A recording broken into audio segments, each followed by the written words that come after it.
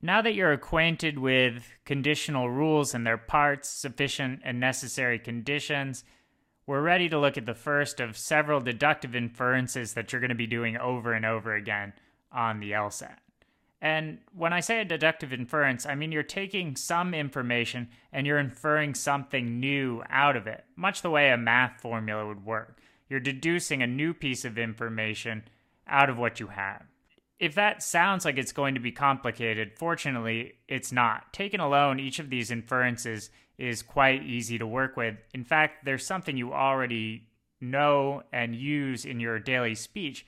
We just need you to have the terminology down, know that it's a valid move that you can do, and be confident making it. So that's what we're working on. To that end, let's look at an example of the Modus Ponens inference. Okay, here we have a basic conditional statement. And it just tells us that if Jones goes to this party, Sullivan's going to go too. Those two things are connected, right? Up here we have Jones going to the party. That's the sufficient condition. Sullivan will go too is the necessary condition that necessarily happens if Jones goes, right? So by itself, that rule just sits there. It doesn't do anything.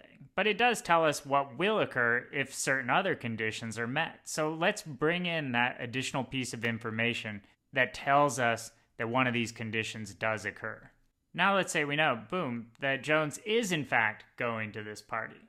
Well, this tells us that that sufficient condition is in fact occurring.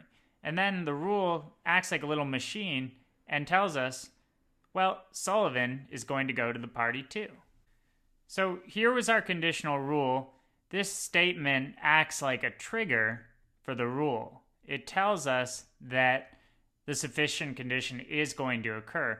And then that allows us to make the inference that Sullivan will be going to the party as well. That necessary condition will occur as well. So if it's true that Jones is going to the party, and boom, we're told it is true, then it's true that Sullivan will go to the party as well. So again, this is a pretty natural assumption. I think all of you, if you had these two pieces of information and were going to be asked, okay, what's true from that, you would know Sullivan's going to go to the party. We just want to make sure that you have a name to call this inference, modus ponens, what happens when the first part of the conditional statement is triggered, the sufficient condition is triggered, then you can infer that the necessary condition is triggered as well. If you wanted to put this in diagram form, that'd be really simple too. Jones party, then Sullivan party, Jones party, therefore Sullivan party.